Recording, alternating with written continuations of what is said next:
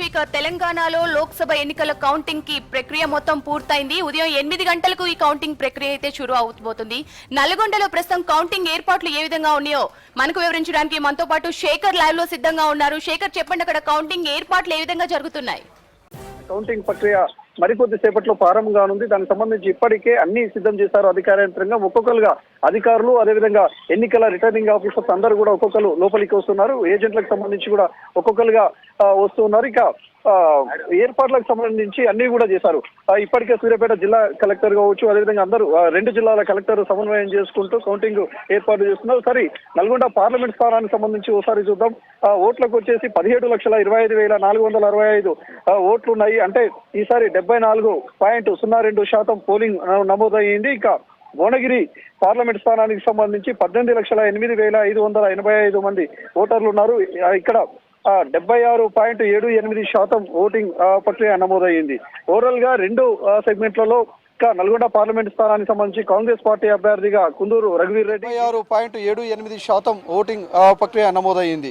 Overall గా 2 సెగ్మెంట్లలో Nalgonda parliament స్థానానికి సంబంధించి కాంగ్రెస్ పార్టీ అభ్యర్థిగా కుందూరు రఘువీర్ రెడ్డి, బీజేపీ పార్టీ అభ్యర్థిగా షనంపూరి సైద్ రెడ్డి, అదేవిధంగా బీఆర్ఎస్ పార్టీ అభ్యర్థిగా కంచర్ల కృష్ణారెడ్డి పోటీలో ఉన్నారు. ఈయనతో పాటు మరో మొత్తం కూడా 22 మంది నల్గొండ పార్లమెంట్ స్థానాల్లో పోటీలో ఉన్నారు. ఇక భువనగిరి పార్లమెంట్ స్థానానికి సంబంధించి మొత్తం కూడా 39 మంది అభ్యర్థులు పోటీలో ఉన్నారు. ప్రధాన పార్టీలకు సంబంధించి కాంగ్రెస్ పార్టీ అభ్యర్థిగా చామల కిరణ్ రెడ్డి, అదేవిధంగా బీజేపీ పార్టీకి సంబంధించి మాజీ ఎంపీ బూర నరసయ్య గౌడ్, అదేవిధంగా బీఆర్ఎస్ పార్టీకి సంబంధించి క్యామ మల్లేష్తో పాటు మరికొంతమంది ఇండిపెండెంట్లు అభ్యర్థులు కూడా పోటీలో ఉన్నారు.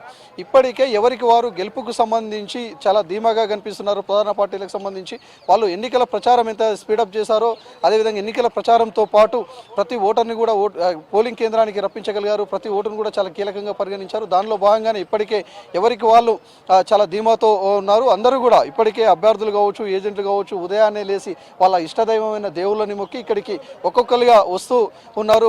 ప్రతి ఇక్కడైతే కౌంటింగ్ సెంటర్ ఉందో కౌంటింగ్ సెంటర్ దగ్గర 144 సెక్షన్ అమలు చేయడంతో పాటు ఎవరికి కూడా అటు మొబైల్స్ కావచ్చు, అదేవిధంగా అనుమతి లేవు. ఐడి కార్డులు ఉంటేనే లోపలికి పంపిస్తున్నారు. మనం ఇప్పుడు ప్రస్తుతం చెక్ పోస్ట్ దగ్గర ఉన్నాం. ఇక్కడ చూడొచ్చు ప్రతి ఏజెంట్లు కావచ్చు, అదేవిధంగా అధికారులను కావచ్చు, వాళ్ళందరికీ సంబంధించి కూడా అందరినీ కూడా తనిఖీలు చేసిన తర్వాతనే లోపలికి పంపిస్తున్నారు. మరోవైపు నల్గొండ కౌంటింగ్ సెంటర్లో నల్గొండ పార్లమెంట్ స్థానానికి సంబంధించి ఎన్నికల రిటర్నింగ్ అధికారిగా దాసర్ హరిచందన, అదేవిధంగా భువనగిరి ఎన్నికల రిటర్నింగ్ అధికారిగా భువనగిరి యాదాద్రి జిల్లాకు సంబంధించిన కలెక్టర్ హనుమంతు కే జెండగే వ్యవహరిస్తున్నారు.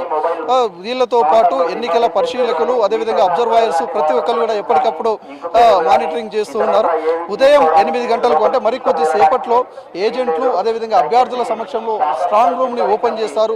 ఆ సీల్ తీసిన తర్వాత ఫస్ట్ ఏవైతే పోస్టల్ బ్యాలెట్లు ఓట్లు కావచ్చు, వృద్ధులకు సంబంధించిన ఓట్లు కావచ్చు, అవి సపరేట్ ఒక హాల్ ని ఏర్పాటు చేశారు. ఆ హాల్లో వాళ్ళు కౌంటింగ్ ప్రారంభిస్తారు. మరోవైపు ఈవీఎంలకు సంబంధించి కూడా మరో టేబుల్స్ నల్గొండకు సంబంధించి 24 టేబుళ్లను, అదేవిధంగా భువనగిరికి సంబంధించి 23 టేబుళ్లను ఏర్పాటు చేశారు.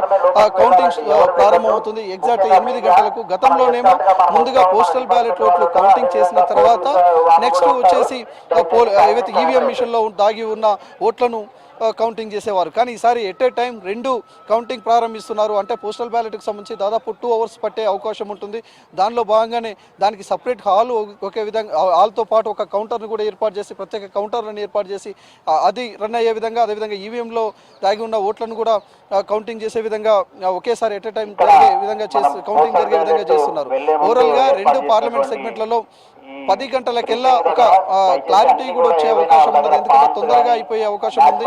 సో 10 గంటలకెల్లా గెలుపుటంలకు సంబంధించి క్లారిటీ కూడా వచ్చే అవకాశం ఉంది. అఫీషియల్ గా ఎవరు గెలుస్తారు అనే దాని మీద రావాలి అని అంటే అఫీషియల్ సమాచారం రావాలంటే మాత్రం మధ్యాహ్నం తర్వాత వచ్చే అవకాశం ఉంది. అది కూడా ఎన్నికల రిటర్నింగ్ అధికారి గెలుపొందిన వాళ్లకు ప్రశంస పత్రంతో పాటు వాళ్ళకు గెలుపొందినట్లుగా పత్రం ఇచ్చే అవకాశం ఉంటుంది. సో అఫీషియల్ గా మాత్రం మధ్యాహ్నం తర్వాతనే వస్తుంది.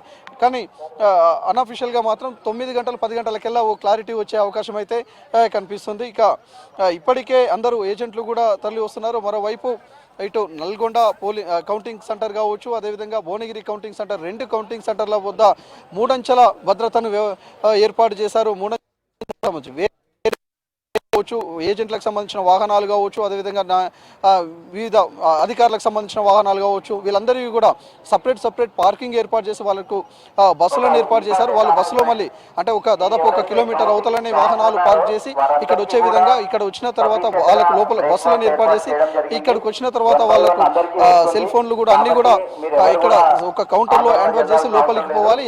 ఎవరికి కేటాయించిన ఏదైతే టేబుల్స్ ఉంటాయో ఆ టేబుల్స్ దగ్గరనే ఏజెంట్లు ఉంటారు తప్ప మిగతా చోట్ల పోకుండా వాళ్ళకు ఇప్పటికే ఇన్స్ట్రక్షన్స్ ఇచ్చారు. మరోవైపు ఇక్కడ కౌంటింగ్ సిబ్బంది ఎవరైతే ఉన్నారో కౌంటింగ్ సిబ్బందికి కూడా ఇప్పటికే 2 సార్లు వాళ్ళకు శిక్షణ ఇచ్చారు. 2 సార్లు శిక్షణ ఇచ్చిన తర్వాతనే వాళ్ళని లోపలికి కౌంటింగ్కు సంబంధించి విధి నిర్వహణలకు తీసుకెళ్తున్నారని చెప్పుకోవచ్చు. ఓవరాల్గా అయితే నల్గొండ కావచ్చు, అదేవిధంగా భువనగిరి పార్లమెంట్ స్థానాలకు సంబంధించి కావచ్చు, 2 కౌంటింగ్ ప్రక్రియ మరికొద్ది సేపట్లో ప్రారంభంగా ఉంది. అధికారులు, నాయకులు అందరూ కూడా కౌంటింగ్ కేంద్రాలకు వచ్చారు.